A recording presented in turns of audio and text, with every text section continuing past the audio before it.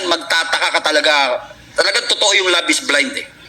Ano yung ibig sabihin? Pag kinilig talaga, hindi na nakikinig. May kilala ba kayong gano'n? Yung pag kinilig na, wala nang kinig-kinig yan.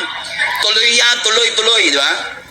So, dito, talagang minsan pagka, alam mo yung mga red flag na, alam mo na ano, di ba, may problema, yung ganyan. Pero minsan, pag in love ka, di mo napapansin yun.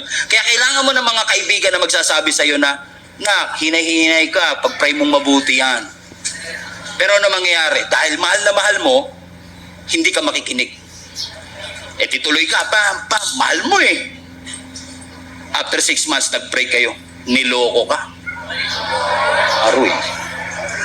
Aray mo. Bakit ko sinabing aray mo? Kasi pag nasaktan na broken heart, yung nakalimutang leader, babalikan.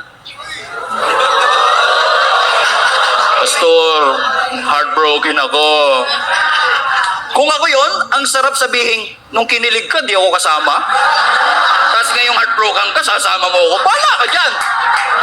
Bakit? Minsan tayo, pag nagpaplano, may sarili tayong mundo. Pero pag may problema, Lord, nasan ka? Yun, problema.